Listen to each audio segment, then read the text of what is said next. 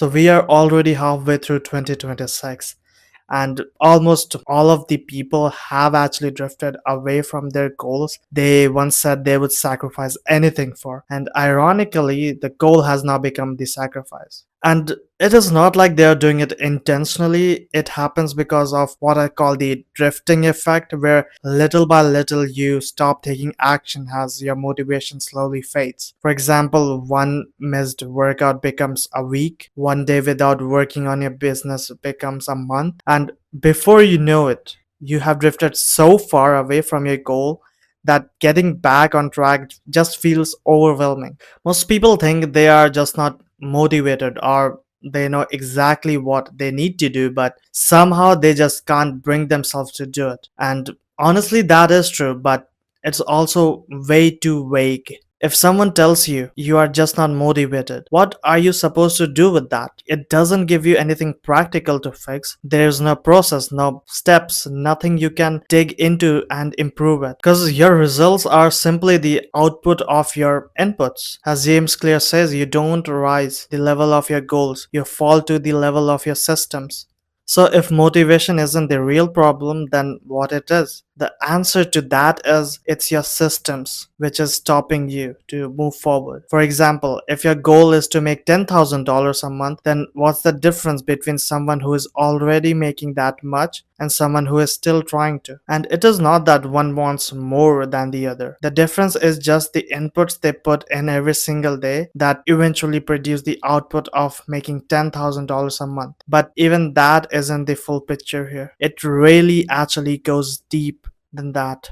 Most people think that if they could just take action every single day like a billionaire, they would eventually become one. But the truth is no, you can't. First, the actions a billionaire took to become a billionaire are different from the actions they take after they have already become one. And second, you are an emotional being, not a logical one. Logic works for machines. They are built to repeat the same task over and over again. Humans don't work like that. Like, how many times have you written down your perfect schedule, and how many times have you actually followed it consistently? Maybe for a few days, maybe for a couple of months, but eventually it all fell apart. And why is that? Because one day you are tired, you just felt tired, you didn't want to work. Another day you felt like doing something else, or you simply just didn't feel like working. So what's the common factor in here? Your emotions, not your logic. And once you understand that, you stop trying to solve an emotional problem with logical solutions. And that is exactly this video is for. So let's get into it. Now that we understand the problem, let's go one level deeper. Because even if you have the perfect system on paper, you will still struggle to follow it if these actions don't feel natural to you. And everything in this video comes back to this one principle, which is you aren't where you want to be because it's not natural for your current identity. Like, take a moment to reflect on it. You can constantly repeat affirmations all day. I can move this rock. I can become a millionaire. I am so disciplined. But if deep down you still believe those things are just out of reach, if you have never actually experienced them before, you will always hesitate when it's time to take action. Why? Because it doesn't match the identity you have built. Up until now, you have repeatedly shown yourself that you are someone who procrastinates, put things off, or starts but never finishes. So when it's time to do difficult work, your brain simply follows the identity it already knows. Not because you are incapable, but because that's what familiar to you. But the good news is identities are not fixed. They are built. Which also raises an important question. If your outputs are created by your inputs, then it can just simplify it. How can someone just improve their inputs then? And the way to do that is by changing the beliefs, environments, and behaviors that makes those actions feel natural. So let's start with the first principle, which is orientation. Deep down, most of us already know where we want to go. We know what is our priorities. We know what we should be doing. But the problem is, over time, we drift away from that direction. That's why reflection is so powerful. It isn't just about thinking, it's about reorienting yourself toward what actually matters. And here is how you do it. First, define your destination in measurable terms. Don't just write, I want to be successful. Write something specific, like, I want to build a business that generates $10 million over the next 10 years. Next, identify your vehicle. In other words, what's the path you have chosen to get there? For me, I started by offering marketing service to local businesses, and over time, I realized I wanted to help ambitious people build better system habits and identities. Like, I just like to share things, in this channel, which kind of help me to get over these things. So that is what I'm doing right now. So the destiny stayed the same. The thing is just vehicle change. Before I was doing marketing agency, now I'm doing this business. Now next, what you have to do is you have to break your destination into checkpoints. If you have destination to make $10 million, your first checkpoint isn't like $10 million, it's $1,000.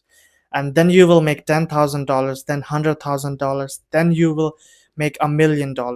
So each checkpoint demands a different version of you, which leads to the most important question: who do you have to become for the next checkpoint to feel normal? The thing is, if you have never made $1,000 a month before, then you have to ask this: what kind of person naturally makes $1,000 every single month? Like, what action do they do every single day? How do they structure their time every single day? What standards do they live by? What beliefs guide their decisions? Don't miss out anything, just write down everything, and especially the things that actually makes you uncomfortable, because that's where you will find the gap between who you are today and who you need to become. So you are not just chasing a different result, you are building a different identity. Finally, be brutally honest. Write down what your days actually look like, not what you wish they look like. What actions are you actually taking? What beliefs are driving those actions? Then ask yourself one question: if I repeated this exact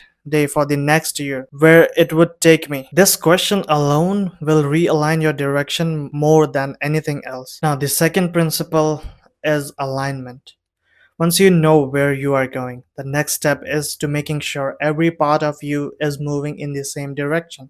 Because knowing what to do is one thing, but having the capacity to do it consistently is another. And I really think about this through, like, there are four performance driver for this, which is, first of all, your mindset, your nutrition, your movement, and your recovery. Like, these four drivers determine the quality of your energy, your focus, and ultimately your performance. If one of them is neglected, everything becomes harder. If they are aligned, consistency becomes much easier. So let's start with the mindset. See, your environment shapes the way you think. If you're constantly consuming content or surrounding yourself with people who have nothing to do with the life you are trying to build, don't be surprised when your decisions reflect that and you don't have the life that you want. But what you should do instead is that you should surround yourself with people, with books, with podcasts, and ideas that reinforce the person you are trying to become. Moving to the next is movement. I know many of you have physique goals. I do too. But every season has a different priority.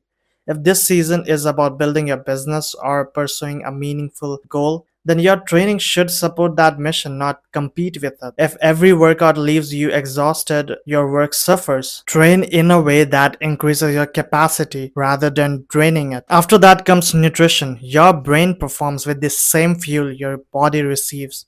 If you're constantly eating processed food and meals that leave you sluggish, don't expect focus to come naturally. Think like an athlete. Fuel yourself for performance, not just satisfaction. Now, finally, recovery. Now, everyone recovery needs are different, so don't obsess over a specific number of hours. Figure out what allows you to consistently perform at your best. I function well on around 6 hours most nights, and occasionally I sleep longer than when my body needs it. Like, the goal isn't to just copy my routine. The goal is to recover well enough that you can consistently show up and do meaningful work and repeat it tomorrow. So the third principle is ritual design. At this point where you are, you know what you are going to do. You have aligned yourself to move in that direction, but there's still one thing that stops most people from following through, which not a lot of people talk about, and it actually took me a long time to figure this out, which is friction. Think about, like, everything we have talked about so far. You are asking yourself to think differently, eat differently, train differently, even work differently. That's a lot of change all at once. On paper, it all makes sense, but where it's time to actually do the work, most people fall back into their old patterns. And why is that? Because they underestimate how much friction exists between knowing what to do and actually doing it. And this is where I think most people fail. They rely on motivation instead of designing transition. That is where ritual comes. A ritual is simply a transition between states, from distracted to focused, from procrastinating to taking action, from resistance to momentum. The thing is, you can't expect yourself to go from scrolling social media straight into 2 hours of deep work. That is not how your brain works. It needs a bridge, it needs a sequence that tells it. For example, when I'm about to go to the gym, I don't just wait until I feel motivated. I start my ritual. I put on music that gets me into like right mindset. Then I put my shoes on, I grab my water bottle. Each small action signals to my brain that it's time to train. The same thing happens after the gym. If I need to work, I don't just sit down and expect myself to focus immediately. I do have ritual for that. I put my phone away in another room, I sit at my desk, I reply to one message or write one sentence, and that's it. Those tiny actions create momentum. And the important thing is that your ritual needs to be specific. If you can simply tell yourself, I need to work, your brain doesn't know where to actually begin. Especially if you have been laying in bed or scrolling for last hour and scrolling for past couple of hours. Instead, create a sequence so detailed that almost no thinking is involved. One action naturally leads to the another, and before you realized it, you are already doing the work. That's the real purpose of the ritual. They reduce friction, and when you reduce friction, consistency become much more easier. So that's the framework I come back to whenever I feel myself drifting away from my goals. So just for a recap, first is orientation, reconnect with your direction. Second is alignment. Make sure your mind and body support what you are trying to do. Third is ritual, where you reduce the friction between knowing and doing. So whenever I feel myself drifting, I just revisit these three principles. Usually within 24 hours, I'm back on track. So if you find this valuable, I would love you to join to my private community. It is a place for ambitious people who want to build themselves, challenge each other, and keep moving the right direction. The link will be in the description. I will see you inside. Bye.